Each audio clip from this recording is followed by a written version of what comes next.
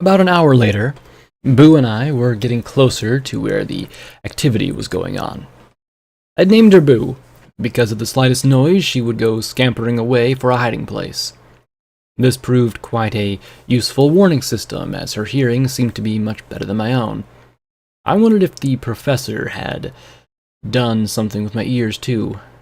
She hadn't said anything, and I didn't think my ears were worse, but whenever Boo's eyes went round and she backed away, I'd find some little niche to hide her in with her. There was more than just the big and ugly pony things down here. There were manticores and night stalkers creeping about too. I nearly walked into a knot of the shimmery snake dog things, but then I'd seen her backing up. Fortunately, the beasts either hadn't noticed us or weren't interested. A scratch between the ears and an occasional snack cake kept her going. She didn't speak and didn't seem to understand when I spoke to her.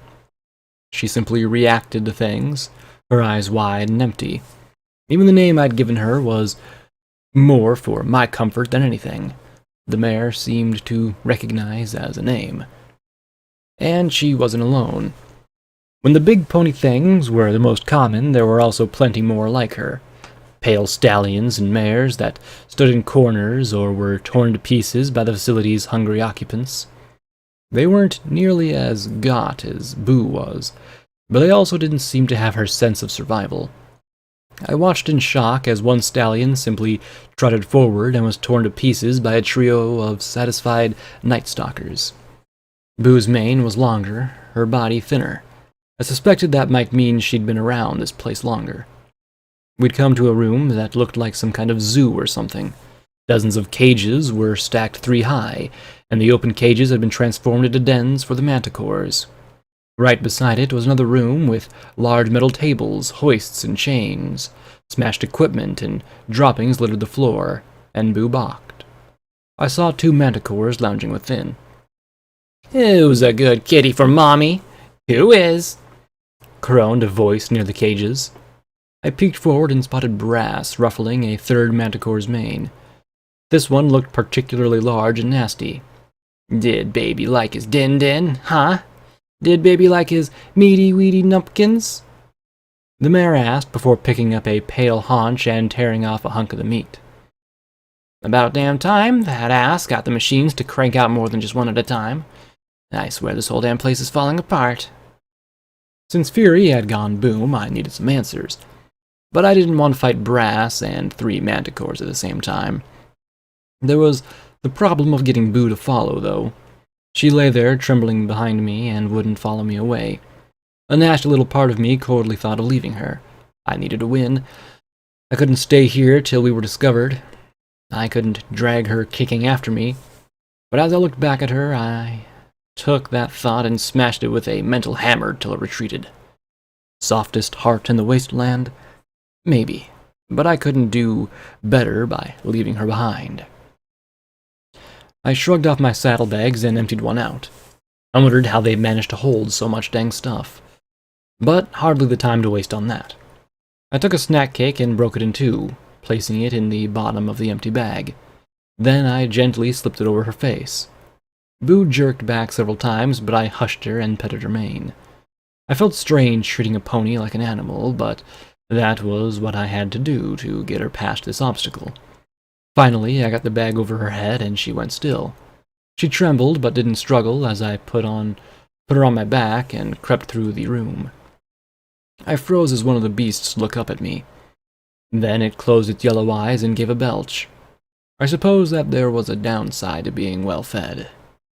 I got clear of the room, moving down a much larger hall. I'd kill for a map. "You are here. Project Chimera here. Evil ghoul son of a mule here. How nice would that be?" Boo started to wiggle, so I set her down and took the bag off her head. She blinked, sniffed, and rubbed some smeared cherry filling off her face with her hoof before snorting and looking around fearfully. She was almost like my second shadow. Up ahead came numerous screams and bellows, as well as the rattle of automatic weapons and a snap of a whip. "Get that batch into the tunnel! Move it! We need to get them cleared out or we're not going anywhere!" I peeked into a large room split by 2 rails. One line was occupied by 3 more tanker cars like the ones I'd seen before, and the concrete docks were occupied by a dozen ponies wearing red barding and 4 griffins in power armor.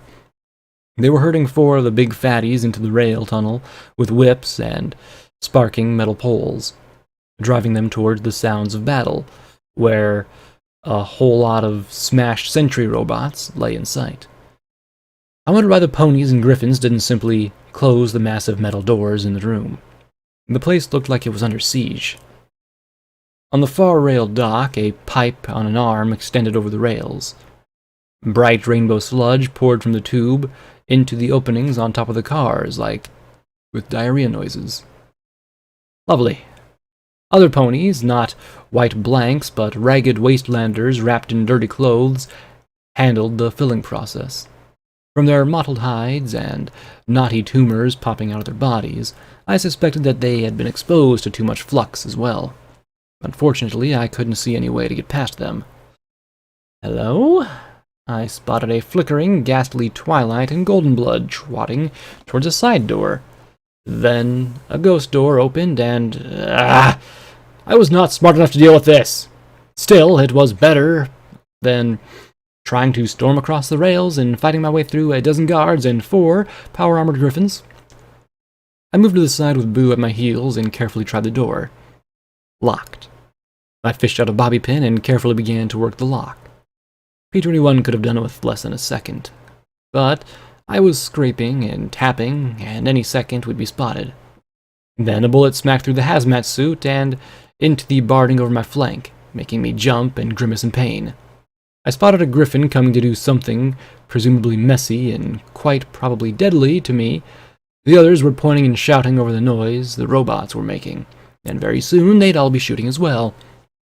I pulled the pin out and twisted the lock with all the meager strength my horn allowed. The drum popped free and rotated, clicking open. Guess I still had a little luck left in me. I threw it wide and stepped into a stairwell going up.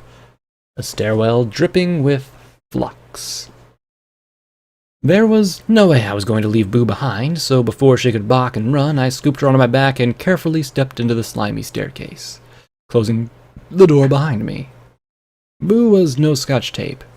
I had to focus, be strong, be enduring, and be awesome all at once. If I brushed the flux-spattered walls, if I slipped and dropped her, I remembered the screaming room all too vividly. "Don't wiggle. Please don't wiggle," I groaned as I made my way up the steps. Skinny or not, she was fully grown, and she'd recently eaten a lot of snack cakes. I made it to the first flight, reaching a barrel smeared in the faintly glowing gloop. I felt the hazmat suit covering my belly brush against it as I carefully climbed over. One tear and I'd be back on the road to having screaming guts. I was halfway up the second flight when I froze just in time to avoid having a dollop of gloop fall right into my face. I stared at the stingy stream it left behind. Another drip. Down below me, the door opened. "Here, pony," grated a male griffin through a power armor helmet. No time. I waited for the next fat drop and scrambled up the next landing. "You're one crazy meat wagon coming in here," he drawled, starting up behind me. I started the third flight, weaving my way around barrels that had tumbled down the stairs around me. "I am so going to eat your hindquarters first for making this annoying," he grumbled. Then I reached the third landing just as he came around the corner behind me.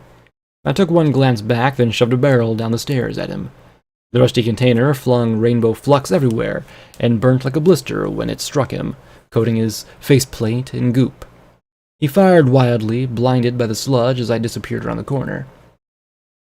"I don't know how you're not jelly yet, but I swear I'm going to smear you on a cracker," he swore, now moving much quicker after me. Okay, that was a new one. His armor had to have some sort of protective covering for his wings. Just my luck. Every barrel I could send rolling down to slow him went, and then finally I saw the top of the stairs, and past that a flux-free hallway. A half-full pallet of barrels was stacked there. I set Boo down in a clear area, then turned and shoved the remainder of the pallet down the stairs after him. A half-dozen drums smashed down onto him, soaking him in rainbow goop. I needed something substantial, more than my pistol. Fortunately, I had something more substantial. The griffin pushed the last of the barrels off his face in time to see me standing there, making like Lancer and pointing Taurus's rifle down at him. Well, not quite like Lancer. I was once again proving Rover right about thumbs. If I had slats, I might have had a chance to kill him outright, but even with armor piercing 308 rounds, I doubted I could finish him off before he brought his weapons to bear. And he probably knew it too. But I didn't need to kill him. I just needed to make a hole. I fired as rapidly as possible, the bullets biting deep into his armor as he shoved his way clear of the barrels. I went through the entire magazine before he started shooting at me with a machine gun, and I ducked back. "Cunt! Whore! Meat wagon!" he growled as he crawled up the stairs after me. In the hallway behind me was a shooting gallery, 100 feet at least without any cover at all. I ducked down as he struggled up the stairs, shoving a new magazine in and making like a zebra again. As he stepped over the lip, I opened fire once more. It still wasn't enough, and I was out of barrels. "Die!" he gasped. Was it just me, or did his armor look tight? He leveled his machine guns at us. Well, I may have been out of barrels, but I still had a pallet. I knelt and kicked the heavy wooden platform at him with all my strength. Bullets started to shred it in midair, but it was still solid enough when it crashed into him to send him slipping and sliding down the stairs into a puddle of red goop. Down below, he started to yell and then scream, and then suddenly there was a loud crunching noise and it all went silent. I stared down at armor that bulged at every seal. Red meat now oozed out the holes. I shuddered as I stepped back. Again, I really hoped he was dead after that, and that he didn't turn into something worse. I returned to the shaking Boo, and with some effort, magically wiped the sludge off my hooves using the dirty papers that littered the floor. I looked at my hooves critically. I hoped that the metal was resistant to the corrosive and magical influences of the flux, but was it just me, or did they look a little more bluish? I sighed and looked at my silent companion. What this place really needed was a balefire bomb or something. She just stared back at me. And I thought P-21 was lousy conversation. We trod along down the hallway, windows on one side looking down at the loading docks. There were more robots coming, sentries and something else. Smaller, more spidery-looking robots that hopped, skittered, and jumped across the sentries. The power-armored griffins and the fatties they shoved into the line of fire were keeping them at bay for now. It appeared that all of Sanguine's shit had finally come back to bite him in the ass. It looked like I'd have some competition for taking down the ghoul. "You!" yelled a voice beside me, and I turned to see a ghastly stallion pointing his hoof at me. Then I looked behind me at Golden Blood, the brothers, and Twilight Sparkle.